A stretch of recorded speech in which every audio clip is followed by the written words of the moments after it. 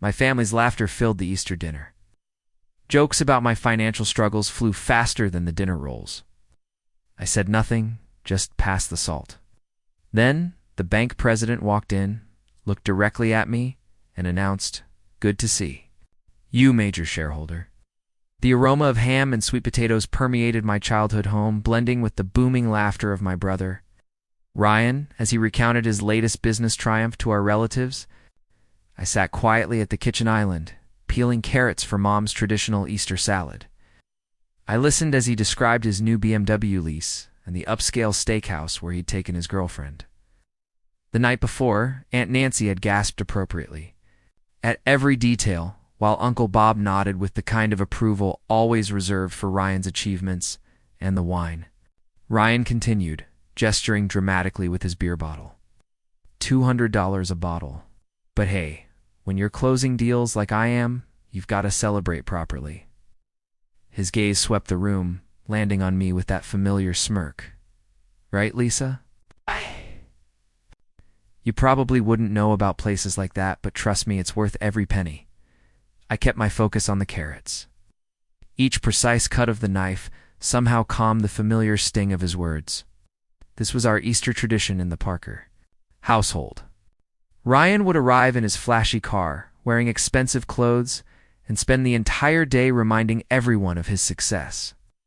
Meanwhile, I was the cautionary tale, the daughter who'd chosen a simple life over ambition. Mom interjected, using that tone she reserved for quickly changing the subject. She's got her little apartment downtown, and she seems happy enough. Little apartment? The words hung in the air like a judgment. I'd stopped trying to correct their assumptions years ago. Let them think what they wanted. Let them believe. My choice to drive a modest Honda instead of leasing luxury cars meant I was struggling. Let them assume my preference for quiet dinners at home over expensive restaurants stemmed from necessity rather than choice. The truth was something I'd kept hidden, not out of shame, but from sheer exhaustion. I was tired of proving myself. Two people who had already decided who I was supposed to be. Ryan's voice cut through my thoughts again. You know what Lisa's problem is? He didn't wait for an answer. She's too scared to take risks. Always playing it safe. Always thinking small. That's why she's still renting that cramped place. While I'm looking at houses in Greenwood Estates. Greenwood Estates, the development where every house looked identical, where success was measured by square footage and the price of your outdoor furniture. I'd driven through there once out of curiosity and felt suffocated by its uniformity. Risk-taking is important, Dad chimed in, settling into his recliner with a satisfied grunt. A man has to be willing to put himself out there, make bold moves. That's how you get ahead in this world. Man, not a person, not his children. It's a man. I'd heard variations of this speech my entire life, usually delivered while Ryan basked in the spotlight, and I faded into the background, the invisible daughter who'd chosen stability over spectacle, which somehow disappointed them by not crashing and burning dramatically enough to warrant their concern. I finished with the carrots and moved to the living room, where Cousin Amanda was sprawled across the couch, scrolling through her phone. She looked up as I entered, her expression shifting to that particular brand of pity reserved for family members, who hadn't quite lived up to their potential. "So, Lisa," she said, her voice dripping with false sweetness, "are you still working at that same place, the insurance company?" I wasn't. I hadn't worked there in 3 years. But correcting Amanda would require explanation. An explanation would lead to questions I wasn't ready to answer. So I just nodded, settling into the corner chair that had become my designated spot during family gatherings. "That's nice," Amanda continued, her attention already drifting back to her phone. "Job security and all that?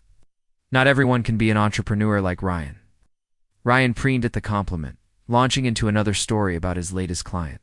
Acquisition. I let the words wash over me, focusing instead on the late afternoon sunlight streaming through the bay window. Outside, the neighborhood was quiet, peaceful in a way that reminded me why I'd loved this house as a child. Before success became the only measure of worth, before every conversation turned into a comparison, before I learned that being quietly content was somehow a failure in their eyes. The thing was, I hadn't always been the family disappointment. In high school, I'd been the one with straight A's, the one who'd earned a full scholarship to state university, the one teachers praised for my work ethic and creativity. But somewhere along the way, Ryan's flashier accomplishments had overshadowed my steadier achievements. His sales awards were more impressive than my Dean's List recognition. His company car was more visible than my academic honors. His loud confidence commanded attention in a way my quiet competence never could, and I'd let it happen. I'd retreated into myself, stopped sharing my victories, stopped trying to compete for their attention. It was easier to be the overlooked daughter than to constantly fight for recognition that felt increasingly hollow. Anyway, Lisa probably couldn't even afford a weekend in the city, Ryan was saying now, his voice carrying that casual cruelty he'd perfected over the years. With rent and student loans and everything. It's tough out there for people without real career prospects. Student loans. If only he knew. I'd paid those off 2 years ago, along with the mortgage on the downtown building I'd quietly purchased through an LLC, but Ryan lived in a world where assumptions were facts, where his limited understanding of my life was treated as gospel truth. Mom glanced at me with an expression I'd learned to read as concern mixed with resignation. In her mind, I was the daughter who needed protecting, who needed gentle handling, because life had been harder on me than on her golden boy. She meant well, but her sympathies stung worse than Ryan's mockery. "Easter's supposed to be about family," she said finally, her voice carrying just enough reproach to quiet Ryan's commentary. "Let's focus on being grateful for what we have." What we have. I looked around the room at these people who shared my DNA but understood nothing about my actual life. Ryan, whose definition of success was entirely external, whose happiness seemed to depend on others recognizing his achievements. Mom and Dad, who'd somehow convinced themselves that their son's bragging was confidence, while their daughter's discretion was defeat. Amanda, who measured everyone's worth by how their stories compared to her own. I'd spent years in this room absorbing their judgments, letting their narrow definitions of success make me question my own choices. But something had shifted in me over the past few months. Maybe it was turning 30 and finally understanding that their approval wasn't worth the price of pretending to be someone I wasn't. Maybe it was the growing realization that their version of family felt more like performance than connection. Maybe it was the phone call I'd received 3 days ago, the one that had changed everything in ways they couldn't even imagine. I excused myself to help Mom in the kitchen, grateful for a moment away from Ryan's ongoing monologue about his professional conquests. She was busy basting the ham, her movements efficient and practiced, the way they'd been every Easter for as long as I could remember.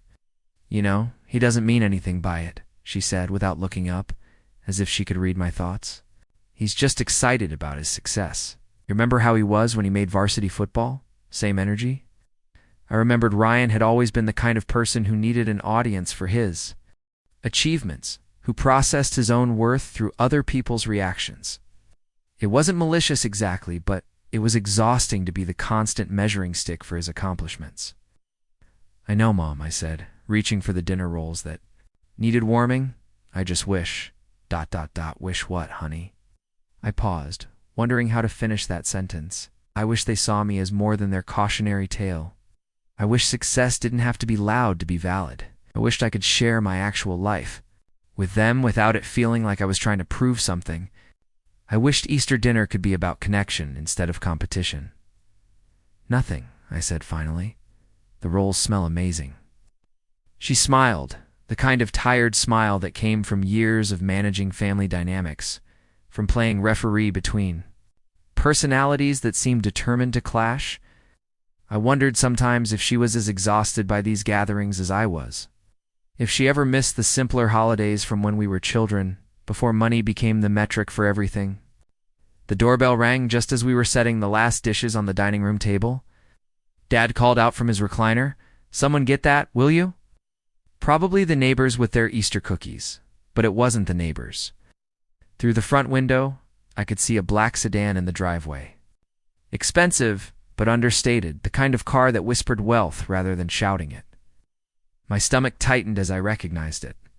This wasn't part of the plan. This wasn't supposed to happen today. Ryan, ever eager to be the first to greet any newcomer who might become an audience for his stories, bounded to the door and swung it open with theatrical flourish. His confident smile faltered slightly when he saw the man standing on the porch. Mr. Harrison was exactly as I remembered him from our meeting last month. Tall, silver-haired, wearing a perfectly tailored navy suit that managed to look both professional and approachable.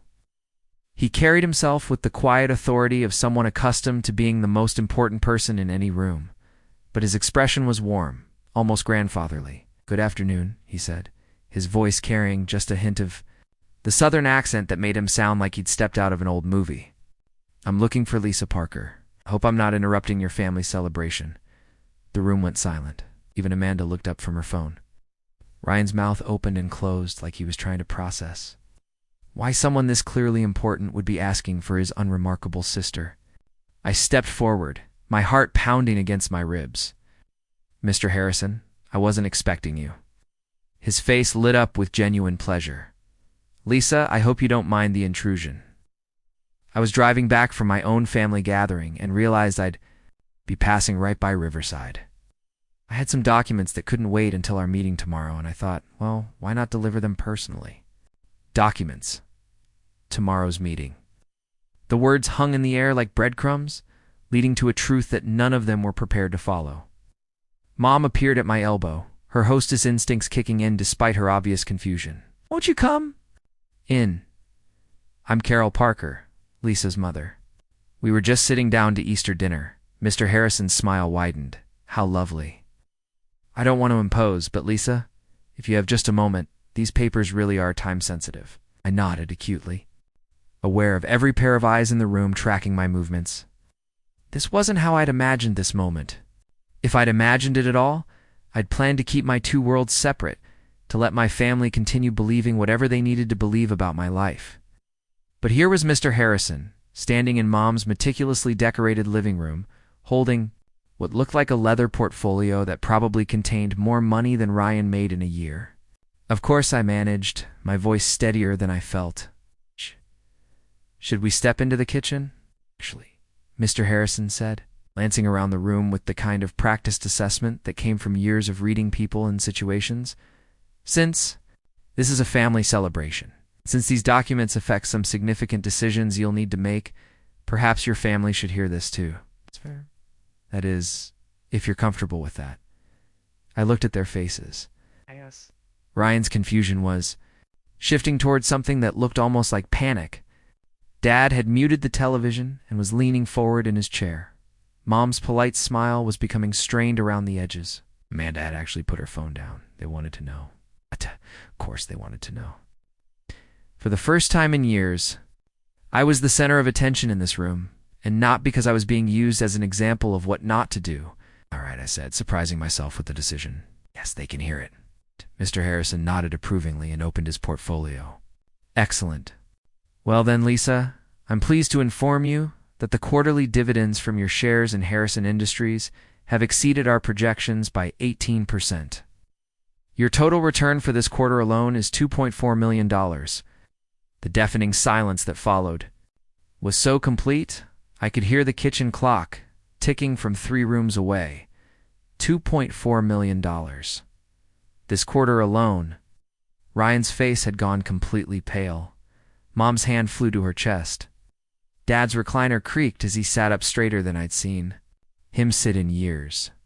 Furthermore, Mr. Harrison continued, his tone as casual as if he were discussing the weather. The board met last week to discuss the expansion into the Southeast markets. And as our third largest shareholder, your approval is needed for the final phase of the acquisition. I have the contracts here for your review. Third largest shareholder. The words seemed to echo in the sudden stillness of the room. Mr. Harrison looked around at their stunned faces and chuckled softly. "I do hope I haven't said too much. Lisa, you did mention that you prefer to keep your business affairs private. But I assumed your family knew about your involvement with the company." I met his eyes and saw the twinkle there. It's the subtle amusement of a man who'd spent decades in boardrooms and could read a family dynamic in 30 seconds. He knew exactly what he'd done. This wasn't an accident or an oversight. This was a gift. Wrapped in the form of a business visit, Thank you, Mr. Harrison, I said, finding my voice again. I'll review everything tonight and have my decision to you by tomorrow afternoon. Wonderful. And please do consider my offer about joining the board officially. Your instincts for market timing have been invaluable, and frankly, we could use more voices like yours in our strategic planning meetings. He closed the portfolio and handed it to me, the weight of it solid and real in my hands. Now I'll leave you to your family celebration. It smells absolutely divine in here, Mrs. Parker. You're a lucky family to have such a wonderful cook. Mom managed a strangled thank you, but her eyes never left my face. Mr. Harrison moved toward the door, then paused and turned back. Oh, and Lisa, the Riverside Community Foundation called about your anonymous donation to the new children's library. They're hoping to announce the major benefactor at the groundbreaking ceremony next month. Anonymous donation. Children's library. The hits just kept coming. After he left, the silence stretched until it became unbearable. I could feel their stares, their confusion, their desperate need to understand how their underachieving daughter had just been revealed as someone they didn't recognize at all. Ryan was the first to find his voice. What the hell just happened? I looked at him, at all of them. These people who'd spent years treating me like their charity case, their cautionary tale, their reminder of what happened when you didn't dream big enough. I guess, I said quietly, we need to talk. The aftermath of Mr. Harrison's visit felt like standing in the eye of a hurricane. Everyone remained frozen in their positions, as if moving might shatter whatever fragile reality we were all trying to process. The ham was getting cold on the dining room table, but nobody seemed to notice or care about Easter dinner anymore. Ryan's face had cycled through several shades of red before settling on a sickly pale green. He kept opening his mouth like he wanted to say something, then closing it again when no words came out. For someone who made his living talking to clients, he seemed to have completely lost the ability to form coherent sentences. Dad was the first to break the silence, his voice uncertain. Lisa, honey, what did that man just say? Did he say $2 million? $2.4 million? Amanda whispered, her phone completely forgotten in her lap. He said $2.4 million this quarter. Mom sank into the nearest chair, her hands still pressed to her chest. I don't understand. Lisa, sweetheart, what company? What shares? When did this happen? I stood there holding Mr. Harrison's leather portfolio, feeling the weight of it in my hands and the weight of their stares on my shoulders. This moment had been inevitable, I supposed. I'd been living two completely separate lives for so long that eventually they were bound to collide. I just hadn't expected it to happen over Easter dinner with my entire family as witnesses. It's a long story, I said finally, my voice sounding strange in the continued quiet of the room. We've got time, Ryan managed, his voice cracking slightly. On the words, we've got all the time in the world. I looked at each of their faces, seeing curiosity and confusion, but also something else. Something that looked almost like fear. The comfortable dynamic they'd all settled into. Where I was the family disappointment and Ryan was the golden child, had just been completely appended. They were looking at me like I was a stranger who'd wandered into their living room wearing a familiar face. I walked over to the couch and sat down, still clutching the portfolio. It started about 5 years ago, I began, my voice growing steadier as I found my footing in the truth. I was still working at the insurance company, but I'd been investing on the side. Small amounts at first, just whatever I could spare from. My paycheck? Investing in what? Dad asked, leaning forward in his recliner. Tech stocks initially, then some real estate investment trusts. I'd always been good with numbers, good at seeing patterns. You remember how I used to balance Mom's checkbook when I was in high school, because I could spot the errors the bank made? Mom nodded slowly, a distant look in her eyes as she recalled those long-ago evenings when I'd sit at the kitchen table with her statements spread out in front of me, finding discrepancies that the bank's computers had missed. Well, I applied that same kind of analytical thinking to the stock market. Started small, researching companies, studying their financial reports, tracking market trends. I wasn't trying to get rich quick. I was just trying to build something stable for my future. Ryan's voice was barely audible. How much did you start with? $300, I said, watching his expression shift from disbelief to something approaching nausea. My tax refund from that year. Put it into a tech startup that was developing software for small businesses. The company was called Harrison Industries. Harrison, Amanda repeated, like the man who was just here. His grandson founded the company. James Harrison was 24, fresh out of MIT, with an idea for streamlining inventory management for restaurants and retail stores. Nobody thought much of it. The big investment firms weren't interested because the market seemed to niche. But I saw something they didn't. I paused. Remembering those early days when I'd spent my evenings researching companies from my tiny studio apartment, living on ramen noodles and determination, it felt like a lifetime ago, but also like yesterday. I saw that every small business owner I'd ever met struggled with the same problems. They couldn't afford the big enterprise software solutions, but they were drowning in paperwork and inefficient systems. James' software was simple, affordable, and it actually worked. So I bought 10 shares. 10 shares? Dad echoed. For $300, $30 a share, I confirmed. 6 months later, Harrison Industries landed their first major contract with a restaurant chain in Ohio. The stock jumped to $60 a share. I could have sold and doubled my money, but I didn't. Why not? Mom asked, genuinely curious now. Because I'd done more research, I could see that they were just getting started. The restaurant chain was already talking about expanding their contract. Other businesses were starting to pay attention, so instead of selling, I bought more shares. I looked around the room, seeing the beginning of understanding dawn on their faces. This wasn't a story about getting lucky once. This was about making a series of calculated decisions over years, about seeing opportunities that others missed, about having the patience to let those decisions compound. Every time I got a bonus at work, every time I had a little extra money, I put it into Harrison Industries. Not because I was gambling, but because I understood their business model better than most of their investors did. I knew their target market because I'd worked with small business owners through the insurance company. I understood their challenges, and I could see how Harrison's solutions addressed real problems. Ryan's face was a mixture of confusion and something that might have been admiration. How many shares do you own now? I opened the portfolio and glanced at the top document, though I knew the numbers by heart. 873,000 shares. The silence that followed was different from before. This wasn't the silence of shock anymore. This was the silence of people trying to do math in their heads, trying to understand numbers that were too large to easily comprehend. As of market close on Friday, Amanda's voice was barely a whisper. About $67 million. Mom made a small sound that might have been a gasp or might have been a laugh. Dad's recliner creaked as he sat back heavily. Ryan looked like he might be sick. But that's not the whole story, I continued, feeling oddly liberated by finally sharing this part of my life. About 3 years ago, James Harrison approached me directly. The company was growing faster than they'd anticipated, and they needed capital for expansion. But more than that, they needed investors who understood their vision. He approached you personally, Mom asked. My investment history spoke for itself.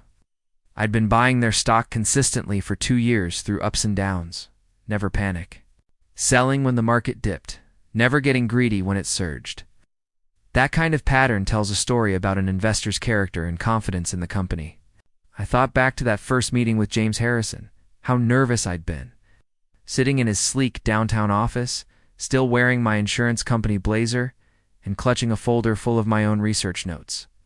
He'd been younger than I'd expected, with an intensity that reminded me of myself when I was deep in analysis mode. He offered me the chance to buy a significant stake in the company at a preferential rate, but only if I was willing to take an active role in strategic decisions. He said they needed investors who understood the market from the ground up, not just from spreadsheets. So, you quit your job? Dad asked. Not right away. I started as a consultant, working evenings and weekends, helping them identify new market opportunities and potential partnerships. The insurance company actually became one of their first enterprise clients after I showed my boss how Harrison's software could streamline our claims processing. I smiled, remembering how surreal it had felt to be in a business meeting where I was simultaneously. The employees suggesting the vendor and the part owner of that vendor. The ethics had been complicated, but everything had been above board and disclosed properly. When did you quit? Ryan's voice was strange, like he was asking about someone else's life rather than his sister's. Last year, James offered me a position on the board of directors, and the quarterly dividends for my shares were already more than my annual salary at the insurance company. It seemed like the right time to make the transition.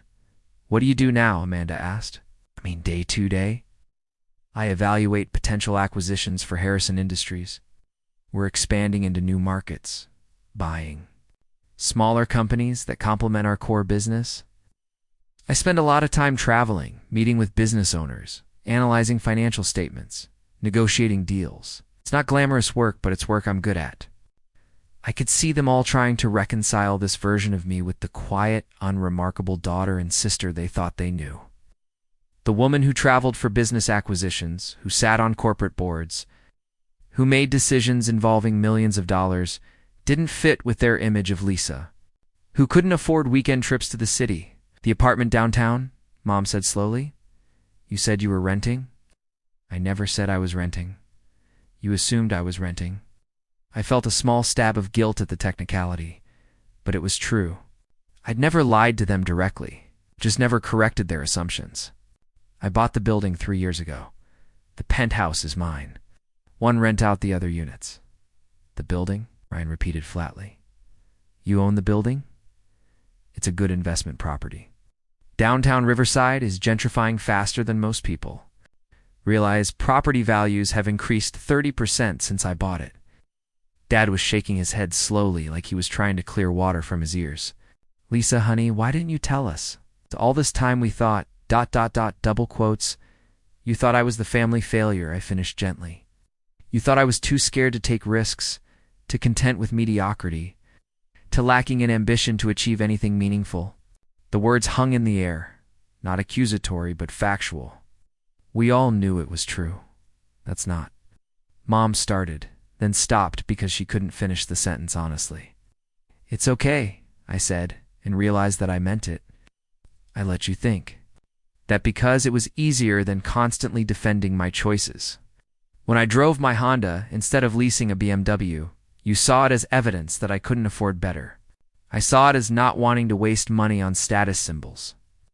When I chose quiet dinners at home over expensive restaurants, you saw limitation. I saw preference. I looked directly at Ryan, whose face had gone through another color change. You talked about my lack of career prospects. I didn't correct you because I didn't need your validation. I knew what I was building. I knew what I was worth. Your opinion of my success didn't change the reality of my bank account. But why keep it secret? Amanda asked. Why let us think you were struggling? It was a fair question, and one I'd asked myself many times over the years. The answer was complicated, layered with years of family dynamics and personal choices that had seemed reasonable at the time, but looked different now, under the harsh light of revelation, because I'd spent my whole life watching this family equate worth with wealth, I said carefully. I watched Ryan's achievements get celebrated because they were visible and loud, while accomplishments that were quieter got overlooked or dismissed. I didn't want my relationship with any of you to change because of money. But it has changed anyway, Ryan said quietly. It's changing right now. He was right. Of course. The moment Mr. Harrison had walked through the door, everything had shifted. The balance of power, the family hierarchy, the assumptions we'd all lived with for years, it was all different now. I also didn't want to become the family bank, I admitted. I've watched what happens in families where one person has significantly more money than the others. Suddenly, every conversation becomes about loans and investments. And expectations? I wanted to avoid that dynamic. Mom's face crumpled slightly. Did you think we'd only love you for your money? Oh, no, I said quickly, because that wasn't quite right. But I thought the money might change how you saw me. I liked being loved for who I was rather than what I had, even if who you thought I wasn't entirely accurate. The irony wasn't lost on me. In trying to preserve their love, I had accepted their pity. God, In trying to avoid being valued for my wealth, I'd allowed myself to be devalued for my perceived lack of it. Besides, I added, I wasn't ready to handle your reactions. Ryan, you've spent years using my supposed financial struggles as a measuring stick for your own success. Dad, you've given countless speeches about risk-taking and ambition while using me as an example of what happens when someone plays it too safe. Mom, you've worried about me and tried to protect me from a reality that didn't actually exist. I gestured around the room, taking in their stunned faces. It's reaction, right? Here is exactly what I was trying to avoid. The shock, the confusion, the need to completely recalibrate how you see me and yourselves. It's exhausting for everyone involved. So you were just going to keep pretending forever? Ryan asked. And there was something raw in his voice that I hadn't heard before. I don't know, I answered. Honestly, I hadn't really thought about forever. I was just taking it one family gathering at a time, one conversation at a time. It became a habit, I suppose. The longer it went on, the harder it became to imagine changing it. But even as I said it, I knew that wasn't entirely true either. Something had been shifting in me over the past few months. A growing exhaustion with the pretense, a desire to be fully known by the people who claimed to love me. Maybe Mr. Harrison's unexpected visit wasn't as accidental as it seemed. Maybe I'd mentioned my family's Easter gathering because some part of me wanted this moment to happen. What happens now? Mom asked, her voice small and uncertain. It was the question I'd been dreading and anticipating in equal measure. What did happen now? How do you rebuild family relationships on a foundation of truth after years of carefully maintained fiction? How do you navigate the complex emotions of people who were simultaneously proud of your success and hurt by your secrecy? I don't. No, I said again, because it was the only honest answer I had. I suppose we figure it out together. Ryan stood up abruptly, running his hands through his hair. I need some air, he said, and walked out the back door into Mom's garden. Through the window, I watched him pace among the Easter lilies, his phone pressed to his ear. Probably calling his girlfriend, or maybe his business partner, trying to process this new reality, where his underachieving sister was actually more successful than he'd ever dreamed of being. He's hurt, Mom said softly, following my gaze. No, I replied. I'm sorry about that. Are you? Dad asked, and there was no judgment in the question, just curiosity. I thought about it honestly. I'm sorry he's hurt. Not sorry I kept it private. Those are two different things. Amanda had picked up her phone again, but she wasn't scrolling mindlessly. She was staring at the blank screen, lost in thought. I told everyone at work that my cousin was struggling financially, she said suddenly. I used you as an example. When we were talking about the importance of career planning, I said you were what happened when someone didn't set clear goals. The admission hung between us, awkward and painful, but it also felt necessary, like lancing a wound that had been festering for too long. I know, I said gently. I heard about it through mutual friends. It's okay, Amanda. You didn't know. But I should have known, she insisted. We're family. I should have asked more questions, paid more attention. I should have wondered why. Someone as smart as you was supposedly stuck in a dead-end job. It was a fair point, and one that spoke to larger issues and how we'd all related to each other over the years. We'd gotten into the habit of making assumptions rather than asking questions, of accepting surface narratives rather than digging deeper into each other's actual lives. We all made assumptions, I said. I'll let you make them, which makes me complicit in the misunderstanding. Mom was looking at me with an expression I couldn't quite read. What about the foundation donation? Mr. Harrison mentioned the children's library. I felt heat rise in my cheeks. This was the part of my financial life that felt most personal. Most revealing of who I actually was beneath all the secrecy and misdirection. Riverside's library system is underfunded, I said simply. The children's section especially. They've been trying to build a new branch on the east side of town for years, but they could never raise enough money, so I helped. How much? Dad asked. Enough to fund the entire project. $2.8 million. The number seemed to echo in the room. Nearly $3 million donated anonymously to build a library for children in a town where I'd grown up, where I'd spent countless hours as a kid. losing myself in books because they offered an escape from family dynamics that often felt suffocating. That's why you wanted to stay anonymous, Mom said, understanding dawning on her face. You knew if people found out Lisa Parker had donated that much money, word would get back to us. Partly, I admitted, but also because the donation wasn't about recognition. It was about the library. I wanted the focus to be on the building and the programs it would fund, not on who paid for it. We sat in relative quiet for a while, each lost in our own thoughts. Outside, Ryan had finished his phone call and was sitting on the garden bench, staring at Mom's rose bushes like they might hold answers to questions he didn't know how to ask. The Easter ham was definitely cold by now, and the carefully prepared side dishes were congealing on the dining room table, but none of us seemed hungry anymore. This conversation was too important, too long overdue to interrupt for food. Have questions, Dad said finally. I figured you would, but I don't know how to ask them without sounding like I'm interrogating you or like I'm trying to figure out what this means for us financially. His honesty was refreshing and painful. At the same time, ask whatever you want to ask, Dad.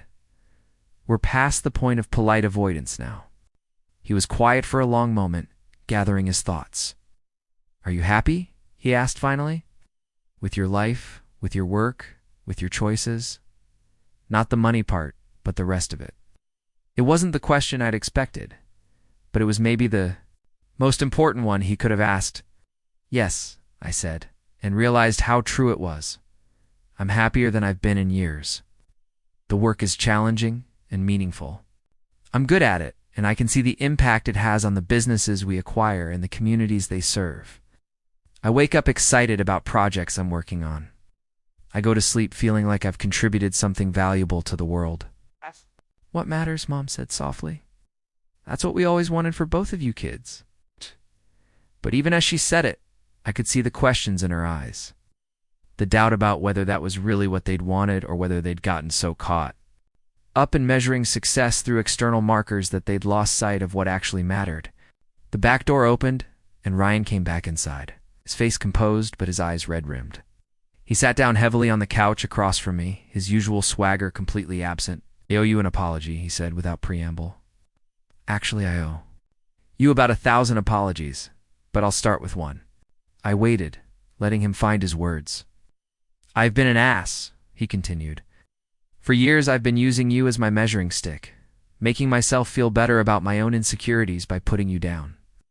I told myself it was just sibling rivalry, that it was harmless teasing, but it wasn't. It was cruel, and it was constant, and you didn't deserve it. His voice cracked slightly on the last words. The worst part is, I think some part of me knew I was wrong about you. You're always too smart, too composed, too confident for someone who is actually struggling. But I didn't want to look too closely because then I'd have to admit that my whole sense of superiority was built on a lie. It was more self-awareness than I'd ever heard from Ryan, and more honesty than he'd shown in years. I felt something tight in my chest begin to loosen. Thank you, I said simply. That means a lot. I don't know how to be your brother now, he admitted.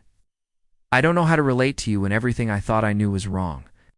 You start by being honest, I suggested, about who you are, what you want, what scares you, and you ask me to do the same. We figure out who we actually are to each other, not who we've been pretending to be. He nodded slowly like he was absorbing the idea. Can I ask you something? Of course. You think less of me now? Now that you know I've been bragging about achievements that don't even come close to what you've accomplished. It was a vulnerable question, asked without his usual bravado or defensiveness. For the first time in years, I was seeing my brother as he actually was rather than as the character he played for our family. I think you're good at sales. You work hard and you've built a solid career, I said carefully. I think you're also insecure about your worth in ways that make you competitive. About things that don't matter. But that's not unique to you, Ryan. Most people struggle with those feelings, but you don't. I struggle with different things. I struggle with letting people see who I really am. I struggle with asking for help when I need it. I struggle with accepting that I deserve love even when I'm not being useful or productive. Success doesn't solve personality flaws, Ryan. It just gives you different problems to work through. Amanda had been uncharacteristically quiet during Ryan's apology, but now she spoke up. "This is going to sound selfish," she said. "But I need to know something? Have you been laughing at us this whole time? When we talk about money problems or career stress, have you been secretly thinking about how naive we are?" "No," I said immediately, because that concern I could address directly. "Never. Your problems are real, even if they're different from mine. Financial stress doesn't become less valid because someone else has more money. Career anxiety doesn't disappear because someone else has a different kind of job. But surely you must think we're small-minded," she pressed. "Worried about things that seem insignificant from your perspective?" I thought about how to answer that. Honestly, I think we all have a tendency to assume our problems are the most important problems, and that everyone else's struggles are less real than our own. But I've never thought your concerns were silly or unimportant. Different, yes, but not less valid. The conversation was interrupted by Mom's phone ringing. She glanced at the screen. "It's your Aunt Carol, probably wondering where we are with dinner." She's supposed to stop by for dessert. The reminder of the outside world of normal Easter traditions and expected social pleasantries felt jarring after the intensity of the past hour. How do you go back to small talk about weather and work gossip when you've just fundamentally altered the foundation of your family relationships? "What do we tell people?" Mom asked, voicing what we were all thinking. "Whatever you want to tell?" "Them," I said. "This is your information now, too. You can share it or keep it private, whatever feels right to you." "What do you want?" Dad asked. "I want you to be comfortable," I said honestly. "I want you to be able to talk about your daughter's life without having to maintain a fiction. But I also don't want my financial situation to become the primary topic of conversation at every family gathering for the next decade." Ryan laughed, a short, sharp sound. "I think that ship has sailed, Lisa. This is going to be the topic of conversation for a very long time." He was probably right. The revelation was too big, too shocking, too contrary to everything they'd believed about me to be absorbed quickly. There would be months of processing, of questions, of adjustments to how they understood our family dynamic. "There's something else," I said, knowing I needed to address it before we moved on to the practical questions of how to handle the immediate future. "Mr. Harrison mentioned that Harrison Industries is considering me for an official board position. If I accept it, it would mean more travel, more public visibility, more opportunities for people to connect me to the company's success. Would you want that?" Mom asked. "I think so. The work would be challenging, and I'd have more influence over the company's direction. But it would also make it much harder to maintain privacy about my financial situation." "Maybe it's time to stop trying to maintain that privacy," Dad suggested, gently. I looked around the room at these people who'd known me my whole life, but were just now meeting me for the first time. They were right, of course. The elaborate fiction I'd maintained was exhausting and ultimately unsustainable. But letting go of it felt like stepping off a cliff, not knowing what kind of landing waited below. "Maybe it is," I agreed. The decision to have Aunt Carol and Uncle Bob join us for dessert felt surreal under the circumstances. But Mom insisted that canceling would raise more questions than we were ready to answer. So we found ourselves in the strange position of reheating Easter dinner and pretending that nothing earth-shattering had just occurred in the Parker family living room. I watched Mom bustle around the kitchen, her movements more frantic than usual as she tried to process everything while simultaneously preparing for company. She kept glancing at me like she was checking to make sure I was real, that the past hour hadn't been some elaborate hallucination brought on by too much cooking. "Wine. Should I put the good china away?" she asked, gesturing toward the formal place setting she'd arranged earlier. "I mean, if we're just having dessert, double quotes, Mom," I said gently. "Use whatever dishes you want. Aunt Carol isn't going to notice if we eat pie off paper plates or wedding china." But I could see that the question wasn't really about dishes. It was about normal. She was grasping for some semblance of the routine, predictable Easter she'd planned. The one where her biggest worry was whether the ham would be too dry. And her biggest excitement would be seeing if Uncle Bob remembered to bring his famous coconut cake. Ryan had disappeared upstairs, claiming he needed to change his shirt, but I suspected he was really trying to gather himself before facing the extended family. The revelation about my financial situation had hit him harder than anyone else. Probably because his entire sense of self had been built on being the successful Parker child. Wow. Now he had to figure out who he was when that narrative no longer held true. Dad was in his study, ostensibly checking email, but actually hiding from the emotional complexity of the afternoon. I could hear him on the phone, his voice low and controlled, probably talking to his brother about something completely unrelated to Easter dinner or family revelations. It was his way of finding equilibrium, focusing on external concerns, when internal ones became too overwhelming. Amanda had offered to help with dinner preparations, but mostly she was asking questions that I could tell had been building up since Mr. Harrison left.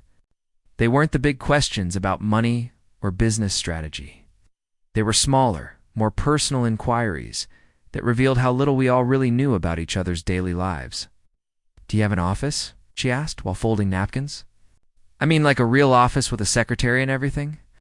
"I have office space in the Harrison Industries building downtown," I replied, arranging glasses on a serving tray. "But I don't have a traditional secretary. I have an assistant who helps coordinate my travel and manages my calendar. She works with several of the board members."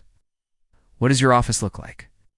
I thought about the corner suite on the 15th floor with its floor-to-ceiling windows, overlooking the river and its minimalist furniture that had cost more than most people's cars. "It's nice," I said simply. "Professional, good natural light. That's it? That's all you're going to?" "Tell me," I smiled, despite the tension of the afternoon.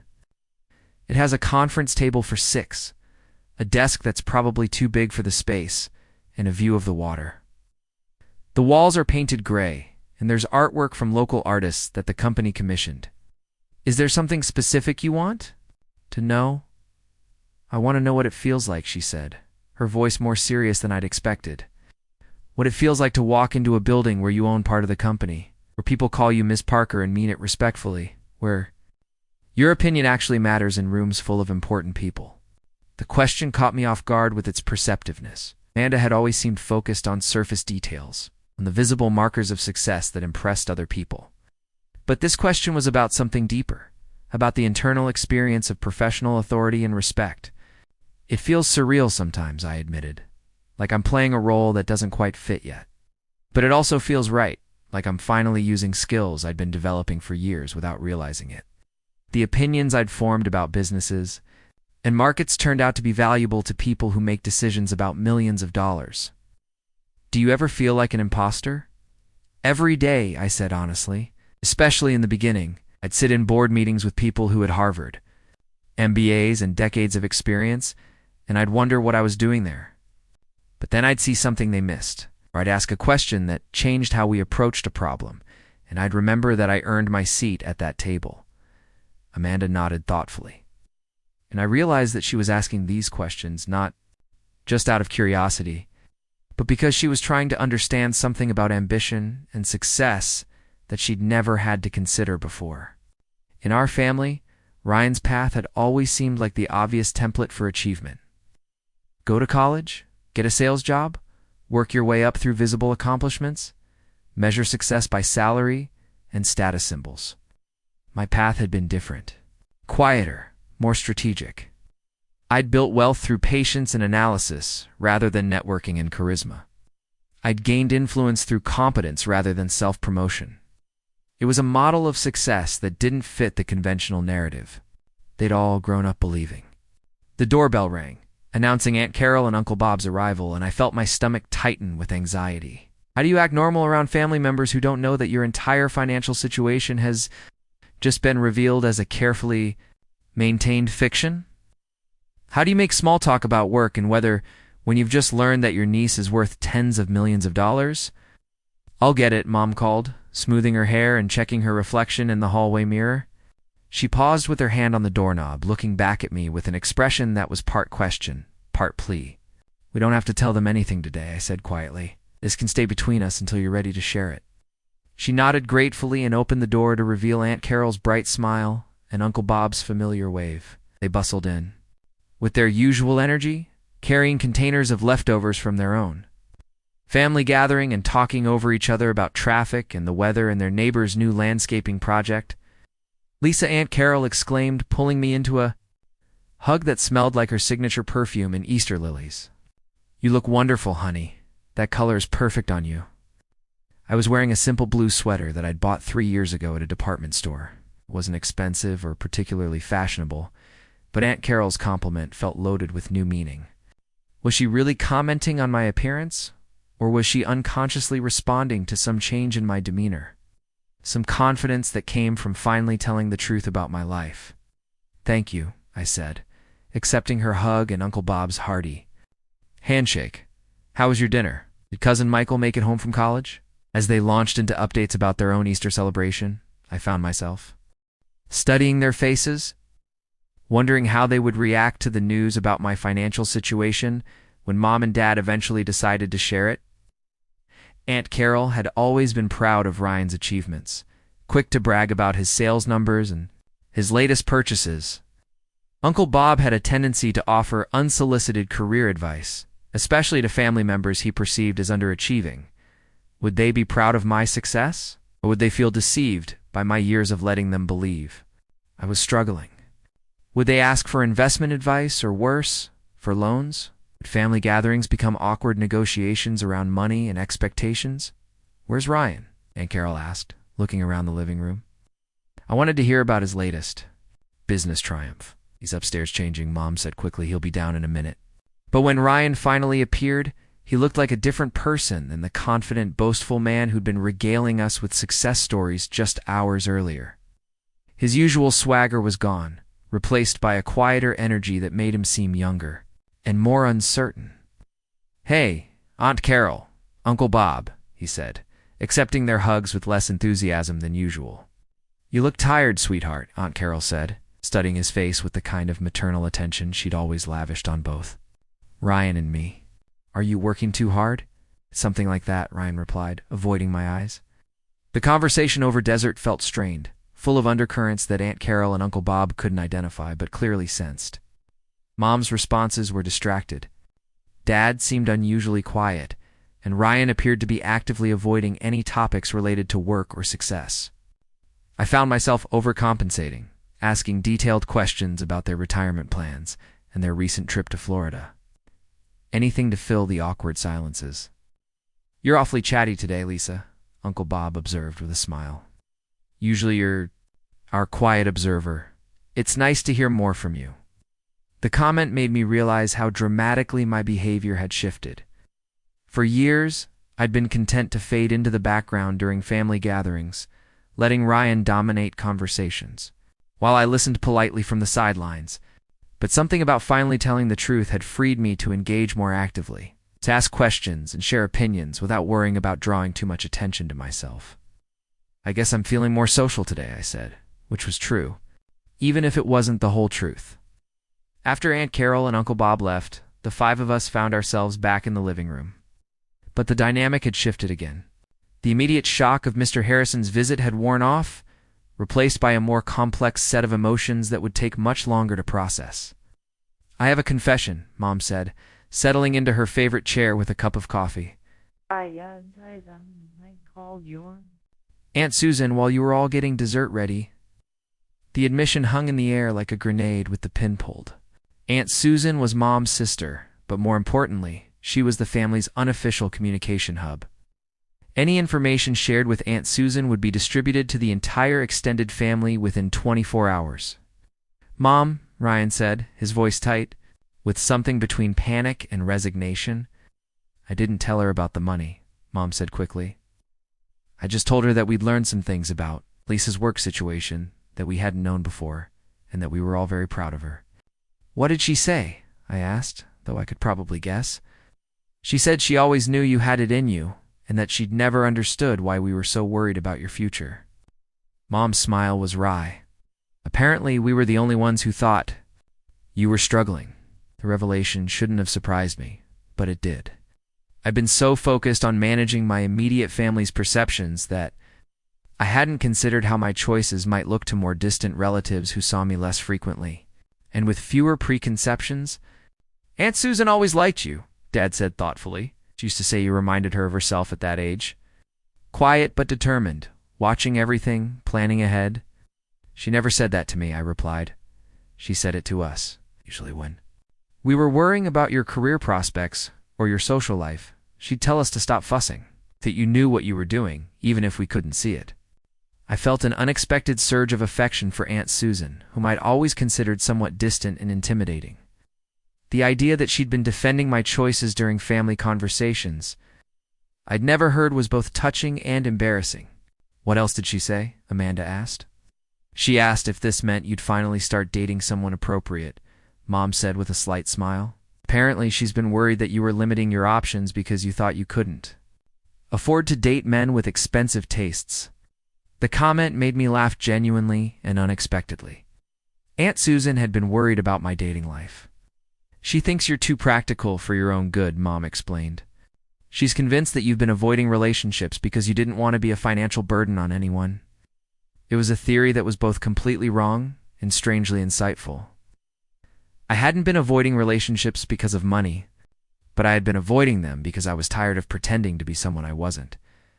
Dating while maintaining an elaborate fiction about your financial situation was exhausting and ultimately dishonest.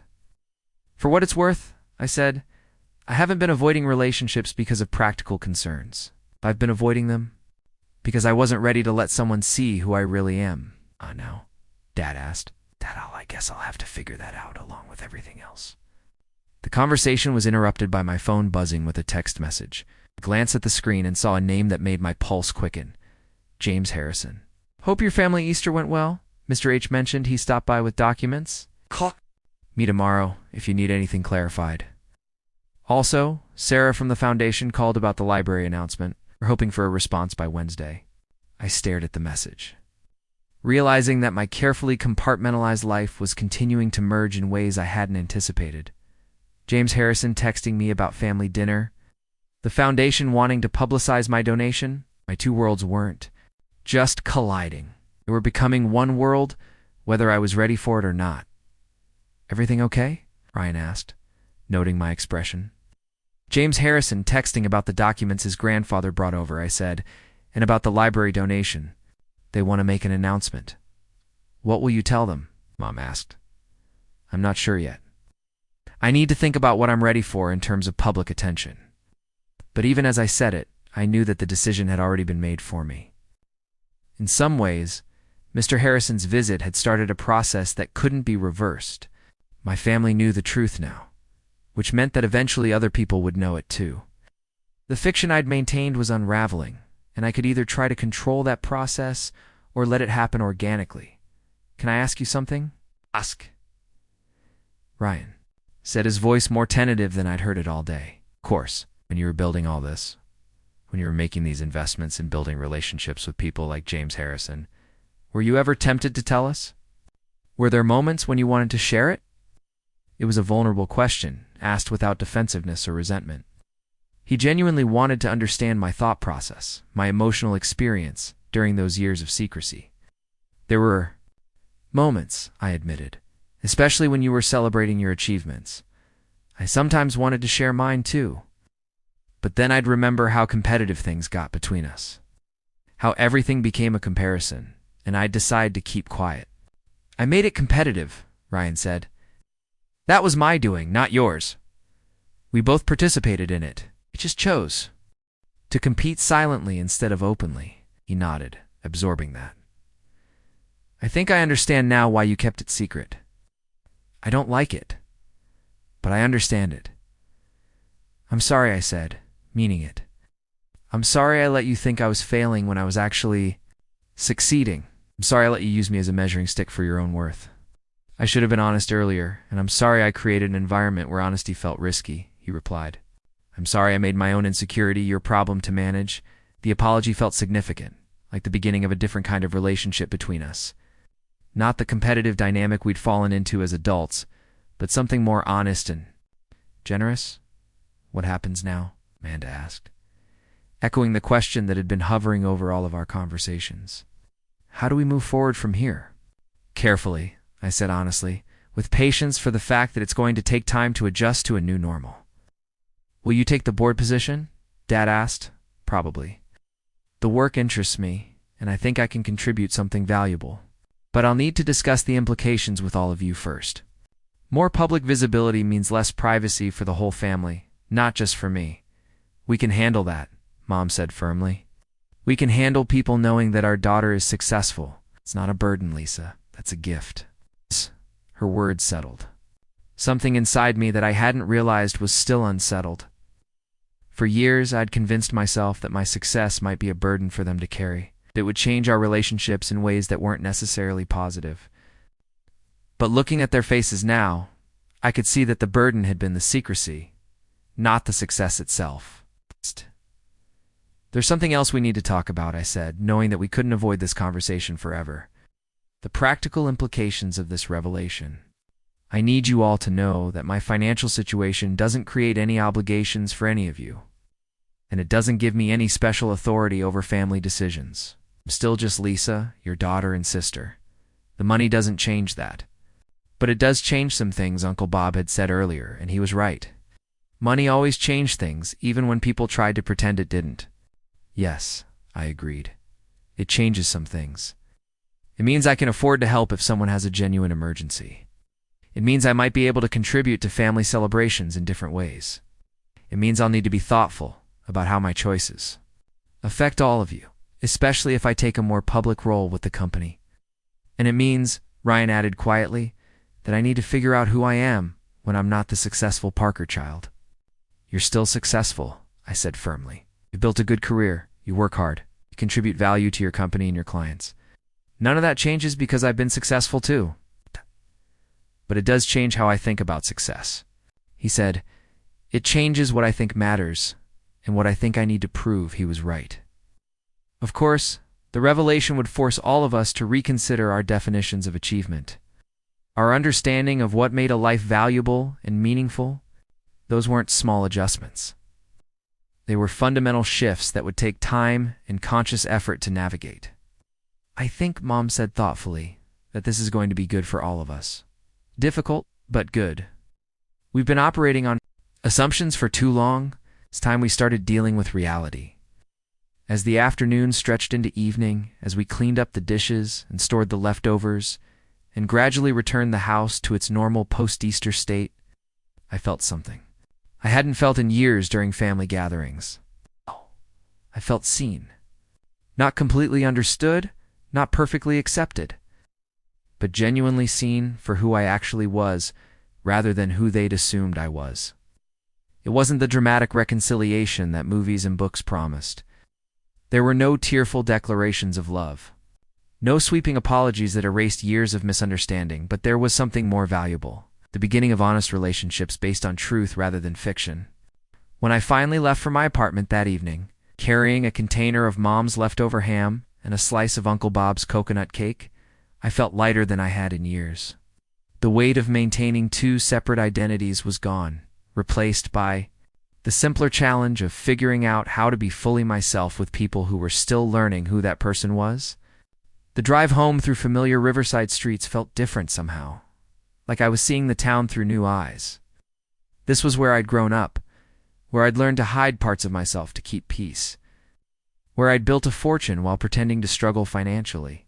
But it was also where I'd learned to analyze and plan, where I'd developed the skills that had made my success possible, where I'd chosen to invest in a library because I remembered what those books had meant to a lonely kid who felt invisible. In her own family, tomorrow, I would call James Harrison and accept the board position. I would call the foundation and agree to the library announcement. I would begin the process of living publicly as the person I'd been privately for years. But tonight, I would sit in my penthouse apartment overlooking the river, eating leftover Easter dinner and reviewing the contracts that Mr. Harrison had delivered, planning acquisitions and strategic partnerships that would affect thousands of jobs and millions of dollars in investments.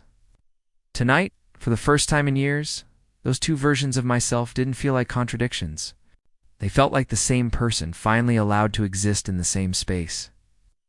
Monday morning arrived with the kind of crisp spring air that made Riverside feel full of possibility. I stood at my office window, coffee in hand, watching the city wake up below me. The familiar routine of morning traffic and bustling pedestrians looked different now that I was no longer hiding who I was. Every person hurrying to work, every business opening its doors, Every decision being made in conference rooms across the city felt connected to my story in a way that hadn't existed just days before. My assistant Maria knocked on the door. Framed and entered with her usual efficiency, she was a sharp woman in her 40s who managed schedules for 3 board members with a kind of precision that made complex logistics look effortless. "Good morning, Lisa." James Harrison called about 20 minutes ago. He wanted to confirm your availability for the emergency board meeting this afternoon. Apparently, there's been a development with the Peterson Industries acquisition.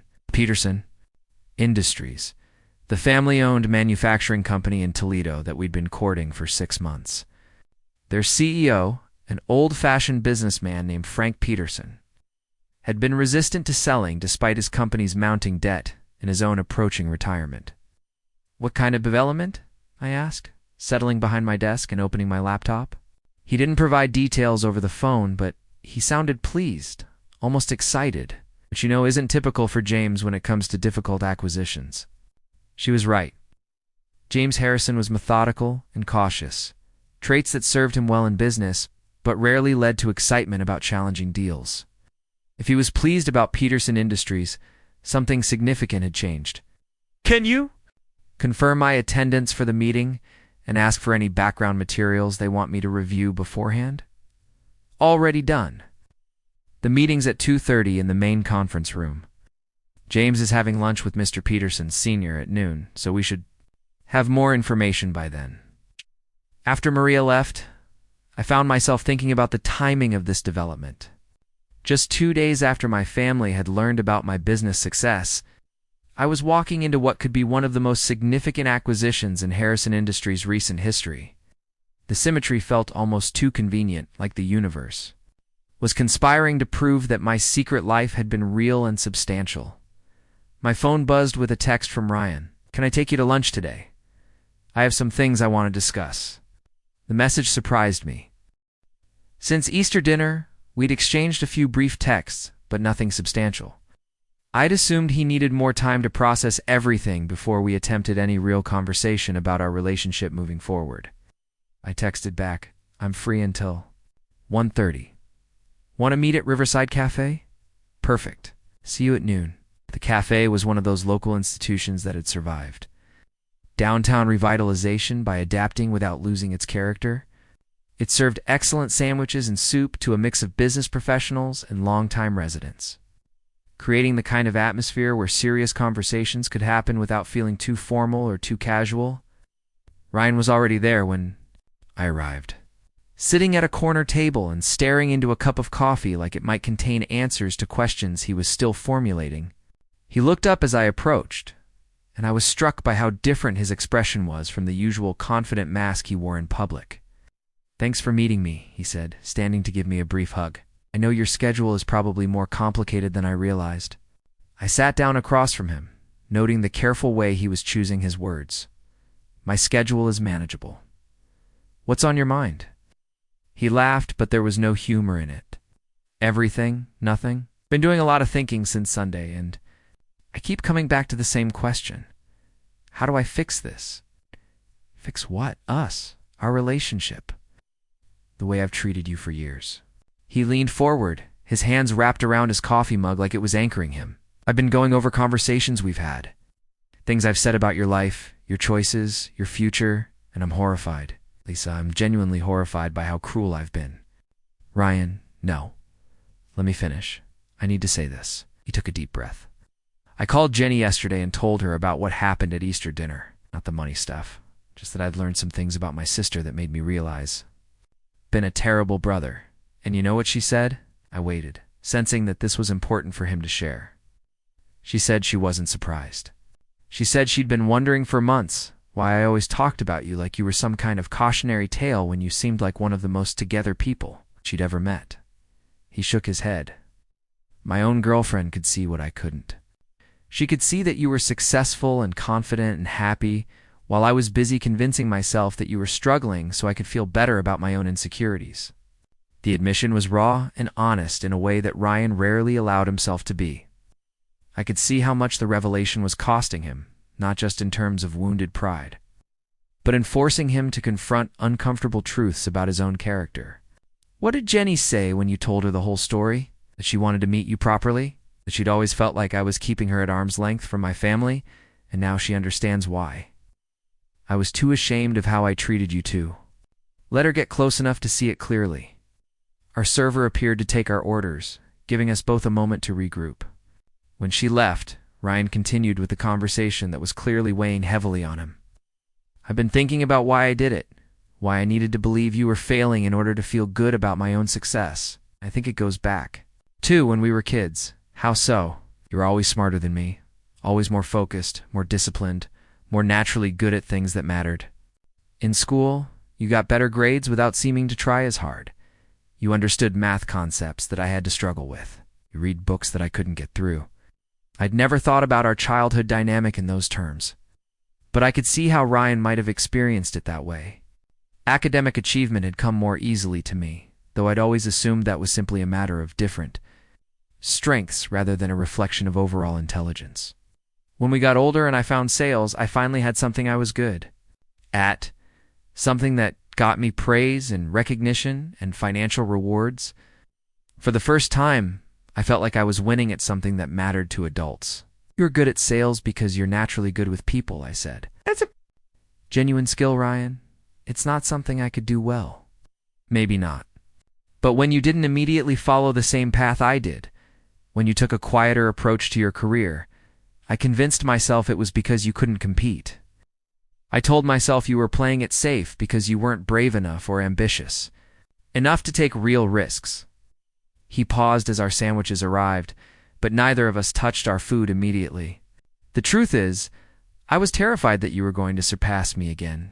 That you were going to find some quiet, brilliant way to be more successful than I was. I'd go back to being the Parker child who wasn't quite as smart, wasn't quite as capable. So, I kept putting you down, kept reinforcing the narrative that you were the one who hadn't lived up to your potential. But I did surpass you, I said gently, by every external measure of success that you value. I've been more financially successful than you for years, and the world didn't end. I know that now, but knowing it intellectually and accepting it emotionally are different things. He finally took a bite of his sandwich, chewing thoughtfully. I called my therapist this morning. The statement surprised me. I hadn't known. Ryan was in therapy, though I suppose there were many things about his life that I didn't know. I'd been seeing Dr. Martinez for about 6 months. Jenny suggested it when I was going through a rough patch at work last fall. She said I seemed angry all the time, and that I was taking it out on people who didn't deserve it. Is it helping? It's more than I expected, especially now. Dr. Martinez helped me understand that my need to compete with you wasn't really about you at all. It was about my own fear of not being enough, not mattering, not having value beyond my achievements. He looked directly at me for the first time since we'd started talking about difficult topics. I want to be a better brother to you, Lisa.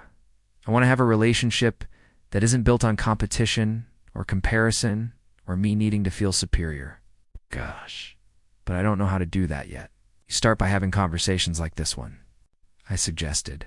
You start by being honest about your feelings instead of expressing them through criticism or condescension. You start by asking questions about my life because you're genuinely interested, not because you're looking for ammunition. Can you be patient with me while I figure that out? Can you give me a chance to prove that I can change? The vulnerability in his question was so genuine that I felt something shift in my chest. A loosening of defensive walls I'd built over years of protecting myself from his judgment. Of course I can. But Ryan, I need you to understand something. I don't need you to change in order to be okay. I've built a good life, a life I'm proud of, regardless of our family dynamics. I'm not waiting for your approval or your acceptance to feel good about my choices. I know. That's what makes this even more important. You don't need anything from me, which means that anything I offer has to be genuine. It has to come from a place of actually caring about you as a person, not from obligation or guilt. We sat in comfortable silence for a few minutes, both processing the weight of the conversation. I found myself studying Ryan's face, looking for signs of the brother I'd grown up with before competition and insecurity had complicated our relationship. He was still there.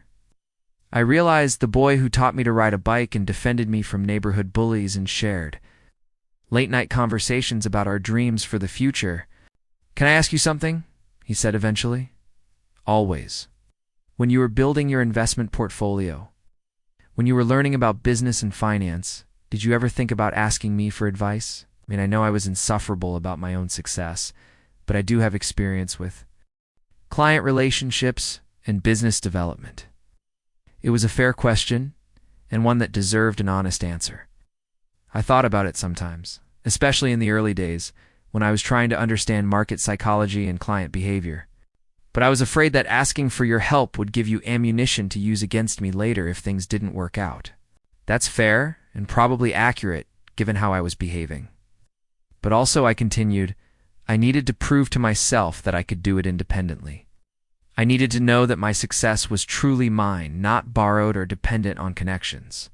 Through family. Do you think you would have been as successful if you'd had more support from us? If we'd been encouraging instead of dismissive, I considered the question seriously. I honestly don't know.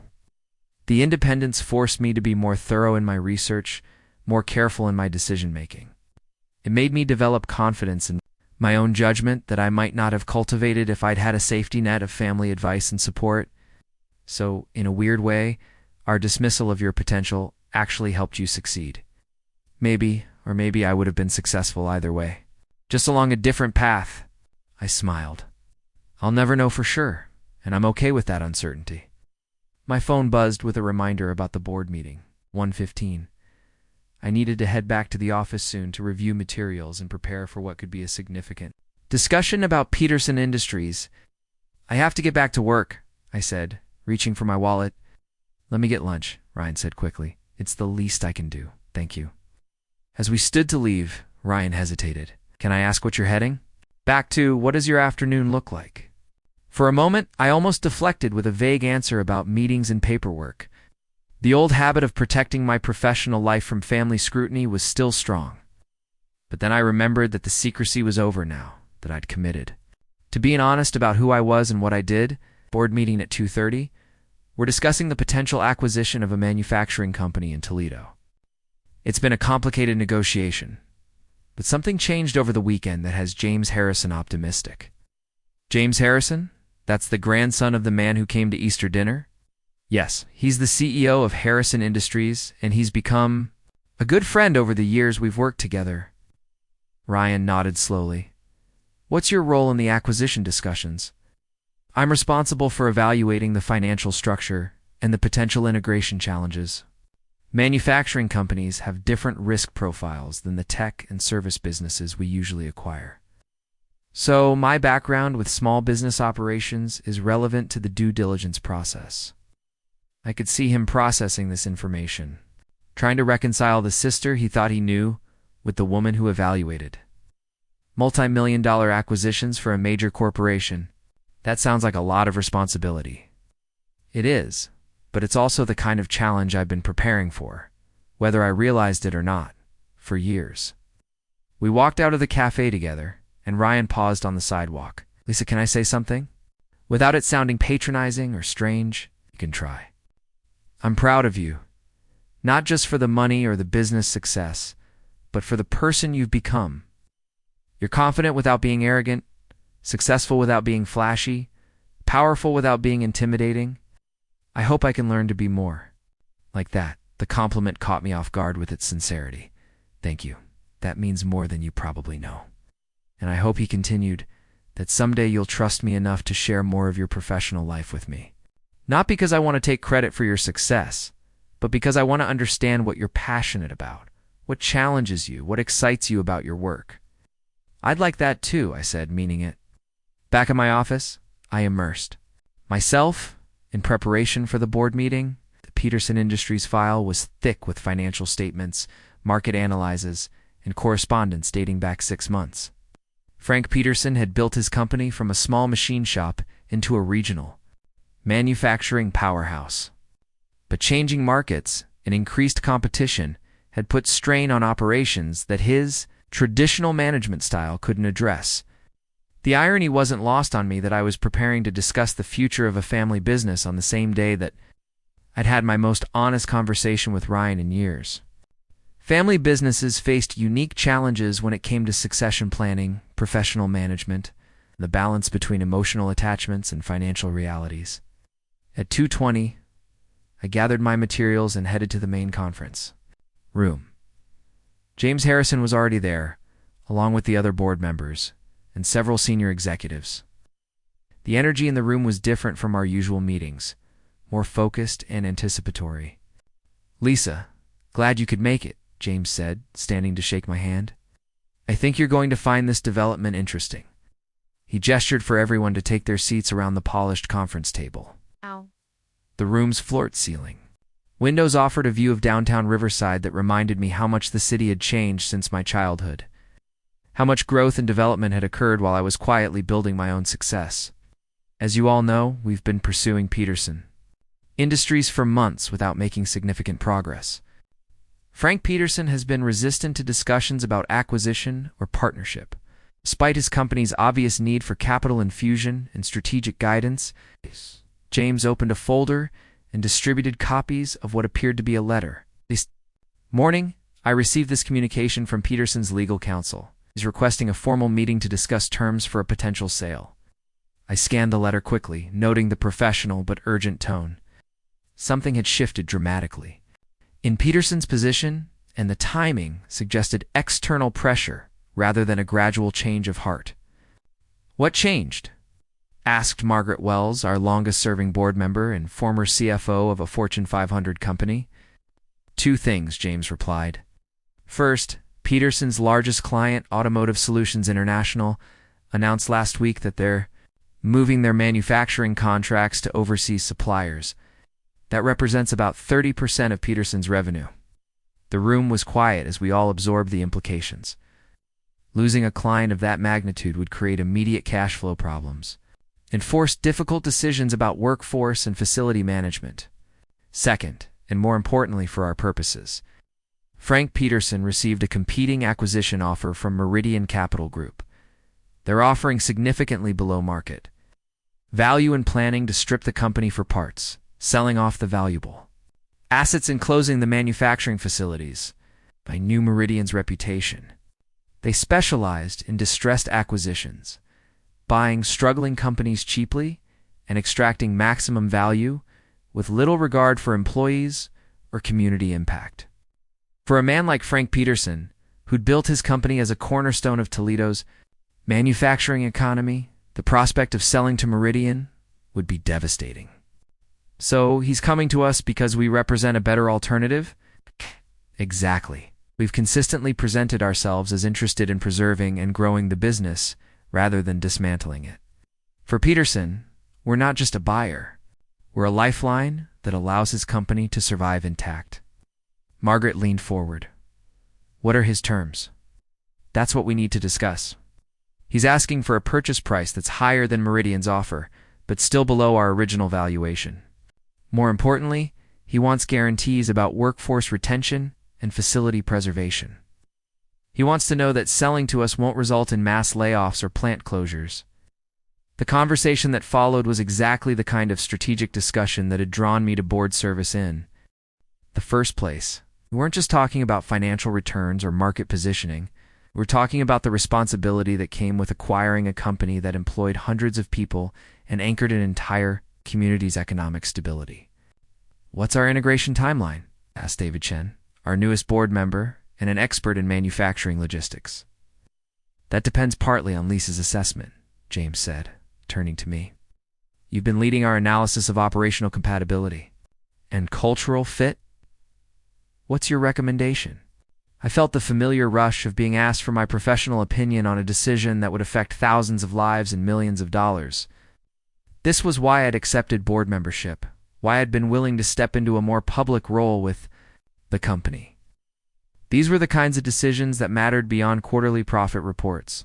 Peterson's company culture is built around craftsmanship and community connection. I began, referring to my notes from site visits and employee interviews. Their workforce is experienced and loyal, but they've been operating with outdated technology and limited capital for equipment upgrades. The acquisition opportunity isn't just about buying their client base or their facilities. It's about investing in human capital that could drive innovation if given proper resources. I paused, looking around the table at faces that I'd learned to read over months of working together. These were people who valued thoughtful analysis and long-term thinking, who understood that sustainable business success required more than aggressive cost-cutting. My recommendation is that we proceed with the acquisition, but with a 3-year integration plan that prioritizes technology upgrades and workforce development before we attempt any operational consolidation. Peterson's employees have institutional knowledge about manufacturing processes that we can't replace easily. If we invest in training and modernization, we can probably increase productivity by 20 to 30% within 2 years. What about the financial risk? Margaret asked. If the automotive industry continues shifting toward overseas manufacturing, are we buying into a declining market? That's the right question, but I think we're looking at market transformation. Rather than market decline, the companies that will succeed in the new environment are those that can offer specialized manufacturing, rapid prototyping, and customized solutions that overseas suppliers can't match. Peterson's workforce has the skills to adapt to that model if we give them the tools and training. James was nodding as I spoke, and I could see approval on the faces of other board members. This was exactly the kind of strategic thinking that Harrison Industries had built its reputation on. It didn't just acquire companies, it partnered with them to create sustainable growth. Are you comfortable taking the lead on due diligence and integration planning? James asked. Absolutely, but I'd want to spend significant time on site in Toledo working with Peterson's management team and key employees. Successful integration requires understanding the company culture from the inside, not just analyzing it from financial reports. How much time are we talking about? It's probably 2 days a week for the first 3 months, then 1 day a week for the following 6 months. It's a significant commitment, but it's necessary if we want to preserve what makes Peterson valuable while helping them adapt to changing market conditions. The meeting continued for another hour as we discussed financing structures, regulatory approvals, and timeline considerations. By the time we adjourned, I had been appointed lead coordinator for the Peterson acquisition with responsibility for overseeing due diligence, integration planning, and ongoing operational oversight. Walking back to my office afterward, I felt the same sense of professional satisfaction that had drawn me to business in the first place. This wasn't just about making money, though the acquisition would certainly be profitable if executed properly. It was about using financial resources and business expertise to solve real problems, to preserve jobs, to help a community maintain economic stability during a period of industrial transition. My phone buzzed with a text from Mom. How was your day, sweetheart? Ryan said you two had a good lunch conversation. I smiled at the message, recognizing the careful way she was asking about both my work and my relationship with Ryan.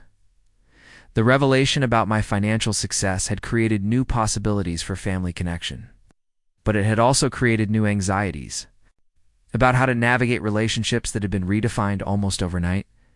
Day went well. Took on a new project that will keep me busy for the next few months. And yes, lunch with Ryan was good. We're figuring things out. I'm glad to hear that. Your father and I have been talking about everything. We want you to know how proud we are of who you've become. Thank you. That means everything to me. As I gathered my materials and prepared to leave the office, I realized that today had marked another milestone in the process of integrating my two lives.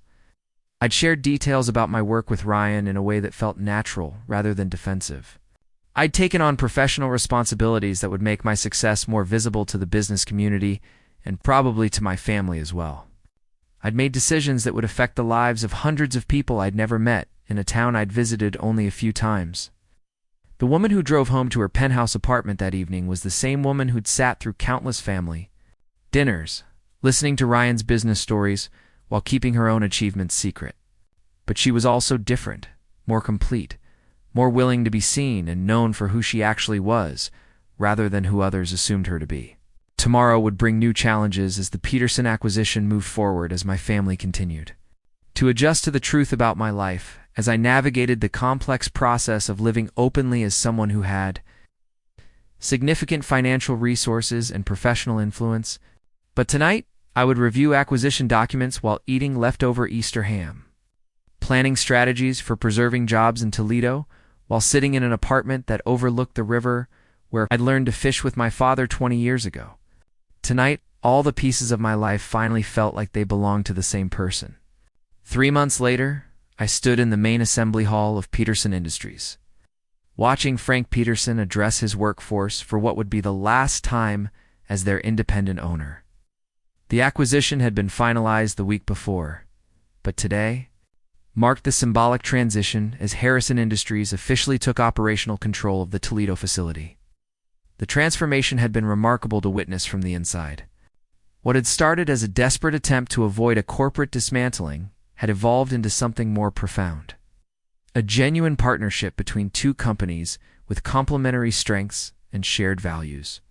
Frank Peterson had approached the integration process with the same methodical care he'd applied to building his business over 3 decades. While our team had brought capital resources and market expertise that opened new possibilities for growth, 32 years ago, I started this company with 12 employees and a dream of building something that would last, Frank said, his voice carrying clearly through the hall where nearly 400 workers had gathered. Today, I'm proud to say the dream is continuing, just in a different form than I originally imagined. I watched the faces in the crowd, recognizing many of them from the weeks I'd spent on site during the integration planning process.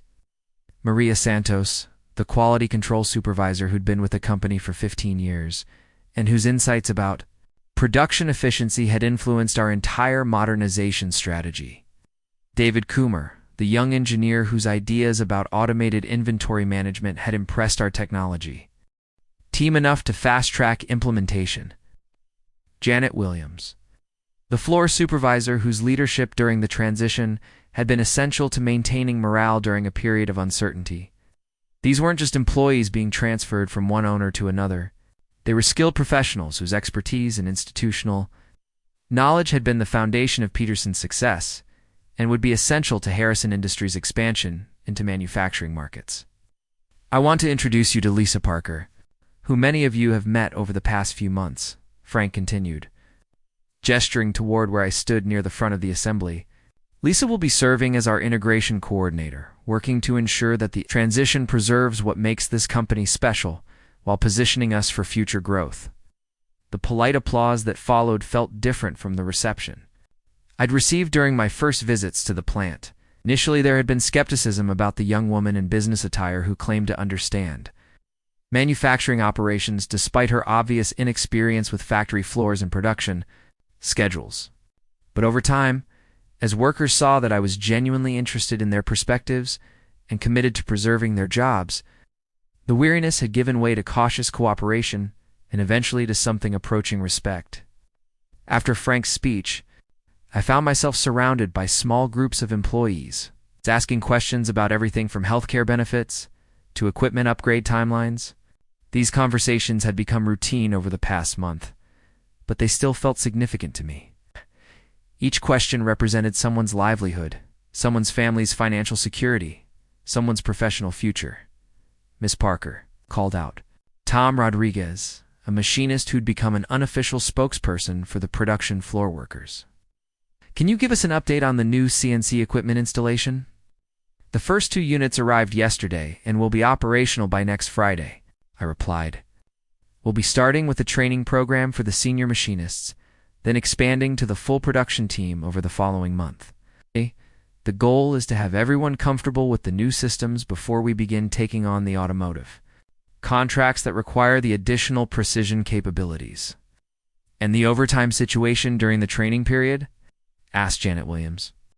Anyone participating in the training program will receive their regular hourly rate for training time, plus overtime rates for any production work that extends beyond normal hours during the transition. We understand that learning new systems, while maintaining current output levels, is challenging, and we want to compensate people fairly for that extra effort.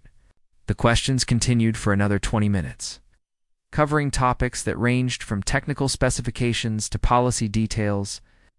I'd learned that transparency about operational changes was essential to maintaining the trust we built during the acquisition process. These workers had seen other companies acquired and stripped for parts. They needed concrete evidence that Harrison Industries was committed to investment rather than extraction. After the formal meeting ended, I walked through the production areas with Frank conducting the kind of operational review that had become second nature over the past months. The facility was impressive in its organization and efficiency. But I could also see the areas where capital investment would yield immediate improvements in productivity and worker safety. The environmental control system in Building C needs upgrading before winter, Frank noted as we passed through the main fabrication area. It's been adequate for current operations, but the new equipment will generate more heat. Worker comfort is going to become an issue. I made a note on my tablet. I'll get estimates from 3 contractors this week. What's the timeline for installation without disrupting production schedules? If we start by mid-August, we can complete the work during the annual maintenance. Shut down in September. That gives us 6 weeks to coordinate with the CNC installation and the new inventory management system rollout. The level of detail required for successful integration was staggering. But it was also exactly the kind of systematic problem-solving that had drawn me to business analysis in the first place. Every decision affected multiple other decisions, creating cascading consequences that required careful planning and constant adjustment. My phone buzzed with a call from James Harrison. "Excuse me, Frank, I need to take this." "Lisa, hope the transition event went well this morning," James said when I answered. "I wanted to give you a heads up about something that's developing on the Peterson front." "What kind of development?" "Good news, actually. The automotive contracts we've been pursuing with Peterson's enhanced capabilities are starting to materialize faster than we anticipated. General Dynamics called this morning about a specialized component, a manufacturing project that could represent about $15 million in annual revenue. I felt a familiar surge of excitement mixed with the weight of responsibility. $15 million in new revenue would justify the entire Peterson acquisition within 2 years. But it would also require operational expansions that needed to be managed carefully to avoid disrupting the integration process we'd worked so hard to execute smoothly. "What's the timeline?" I asked. "They want to start with a pilot program in October, with full production beginning in January. Question is whether Peterson's facility can handle the capacity requirements without major capital investments beyond what we've already planned. I'll need to review the specifications and talk to our production managers. But my initial sense is that we can accommodate the pilot program with current equipment and staff. Full production might require adding a second shift and some additional machinery. Can you put together a preliminary assessment by Friday? The board wants to discuss the opportunity at next week's meeting." After hanging up, I found Frank and shared the news about the potential contract. His reaction was exactly what I'd hoped for. Excitement about the growth opportunity tempered by realistic concerns about execution challenges. $15 million is significant, he said, but it's also the kind of rapid expansion that can strain operations if we're not careful. The good news is that our workforce has experience with automotive precision requirements. The challenging part will be scaling up without compromising quality standards. What would you need in terms of additional staff and equipment for the pilot program? It's probably nothing beyond what we're already planning. For full production, we'd need to hire about 30 additional workers and invest in specialized testing equipment. The bigger question is whether we can find qualified machinists in the local labor market. It was a valid concern, Lito's manufacturing. Workforce was experienced and skilled, but unemployment was low and competition for talented workers was intense. Any significant hiring initiative would require competitive compensation, packages, and possibly training programs for workers with adjacent skills. Let's start by assessing our current capacity and identifying the specific skill sets we'd need for expansion, I suggested. Then we can develop a recruitment strategy that builds on the reputation Peterson has in the local manufacturing community. The conversation was interrupted by Maria Santos, who approached with the kind of urgent expression that typically indicated a production issue requiring immediate attention. "Frank, Lisa, sorry to interrupt, but we have a situation with the 5 Johnson order. The client is requesting a specification change that would require retooling 3 of our main production lines." "What kind of specification change?" Frank asked. "They want to modify the tolerance requirements for the bearing assemblies. The new specs are tighter than what we originally quoted, which means we'd need to recalibrate all the precision equipment and probably add an additional quality control step." I exchanged glances with Frank, recognizing the kind of mid-project change request that could either be an opportunity to demonstrate flexibility and capability, or a costly disruption that damaged profitability and client relationships. "What's the timeline for implementation?" I asked. "They want the first modified units delivered in 6 weeks. That gives us about 10 days to complete the retooling and validate the new processes before we need to begin production." "And the cost implications?" "Roughly $30,000 in retooling costs, plus about 15% more production time per unit. If we can negotiate a price adjustment with Johnson, it's manageable. If not, the project becomes marginally profitable." This was exactly the kind of operational decision that illustrated why the Peterson acquisition had been more complex than a simple financial transaction. We weren't just buying machinery and facilities. We were inheriting relationships with clients who had existing expectations and contractual obligations that needed to be honored while positioning the company for future growth. "Set up a call with Johnson's project manager for tomorrow morning," I said. "We'll present them with options for implementing the specification change, along with the associated cost adjustments. Frank, can you have your production team prepare detailed estimates for the retooling requirements?" "Absolutely." "Maria, let's schedule a planning session with the floor supervisors for later this afternoon." As Maria headed back to coordinate with the production team, I realized that this kind of real-time problem-solving had become the most satisfying aspect of my work with Harrison Industries. The board meetings and strategic planning sessions were important, but there was something particularly rewarding about working through operational challenges that had immediate impact on workers' daily lives and the company's ability to serve its clients effectively. My phone buzzed with a text from Ryan. "How's Toledo? Mom mentioned you're spending a lot of time there these days." The message made me smile. Over the past months, Ryan had been making genuine efforts to engage with my professional life in ways that felt supportive rather than competitive. He asked thoughtful questions about the challenges of business integration, offered insights from his own experience with client relationship management, and seemed genuinely interested in understanding the work that had become central to my identity. I texted back, wrapping up the ownership transition today. "It's been a good process overall. How are things with the Henderson account?" Henderson Industries was Ryan's largest client, a logistics company that had been considering expanding their operations into the Southeast. Ryan had been working on the proposal for months, and I knew that landing the contract would represent a significant achievement for his career. Presentation is scheduled for next Friday. Jenny helped me refine the proposal, and I think we have a strong case. Thanks for asking. The text exchange was brief, but it represented the kind of normal sibling communication that had been absent from our relationship for years. We were learning to share professional updates without turning them into competitions, to celebrate each other's successes without feeling diminished by them, to offer support without needing to demonstrate superiority. Later that afternoon, I drove back to Riverside, taking the scenic route that passed through small towns that had been shaped by the same economic forces affecting Peterson Industries. Manufacturing communities throughout Ohio had struggled with plant closures and job losses as companies moved operations overseas or adopted automation technologies that reduced workforce requirements. The Peterson acquisition represented a different approach to these challenges, one that recognized the value of experienced workers in established community relationships while investing in technology and market development that could sustain employment over the long term.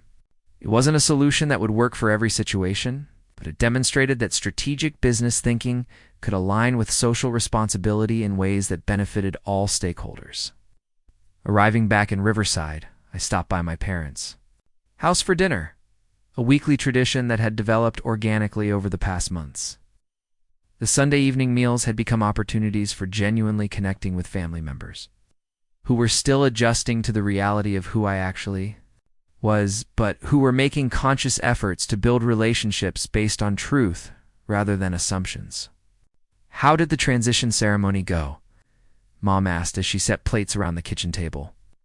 "Frank Peterson must be feeling emotional about officially handing over the company." "He handled it with a lot of grace," I replied, helping to carry dishes from the kitchen. "But I think he's also relieved to know that the business will continue operating as a manufacturing facility rather than being sold off for parts. That's what matters most to people like Frank, Dad said, settling into his usual chair. Building something that lasts, creating jobs that support families, contributing to the community. Money is important, but it's not the only measure of success. The comment was typical of the evolution in Dad's perspective over the past months. The revelation about my financial success had prompted him to reconsider his own definitions of achievement and to recognize that there were multiple valid paths to building a meaningful career. Any word on the potential automotive contract? James mentioned, Ryan asked. I was still adjusting to having family members who knew enough about my work to ask informed questions about ongoing projects. Preliminary discussions are positive, but we need to complete a capacity analysis before committing to anything. It would represent significant growth for the Toledo facility, but only if we can execute it without compromising quality or worker safety. Sounds like the kind of challenge you're good at solving, he said, and I could hear genuine confidence in his assessment. Rather than the competitive edge that had characterized his comments about my work in the past, the conversation continued through dinner, ranging across topics that included Amanda's new job at a marketing firm, Dad's plans for retirement, and Mom's involvement with the Library Foundation that would soon be announcing my donation for the children's wing. The ease of these discussions still surprised me sometimes. The way that honesty about one aspect of my life had opened up possibilities for connection across all aspects of our family relationships. After dinner, Ryan and I found ourselves alone on the back porch while Mom and Dad cleaned up inside. The early evening air was warm and still, carrying the scent of Mom's rose garden and the distant sound of children playing in neighboring yards. Can I tell you something? Ryan said, settling into the wicker chair that had been his favorite spot for serious conversations since we were teenagers. Of course, I've been thinking a lot about success lately, about what it means, what it's worth, why it matters. He paused, gathering his thoughts. Before Easter, I thought success was about being better than other people, about proving that you were smarter or harder working or more deserving than everyone else. And now I think it's about becoming who you're supposed to be, about using your skills and opportunities to contribute something valuable to the world. Your work with Peterson Industries isn't just about making money for Harrison Industries. It's about preserving jobs and helping a community maintain economic stability. I nodded, recognizing the shift in perspective that had been evident in our conversations over the past months. My work with Henderson Industries isn't going to change the world, he continued, but it might help them expand their operations in ways that create jobs and improve supply chain efficiency for their clients. That feels more meaningful than just trying to outsell my colleagues.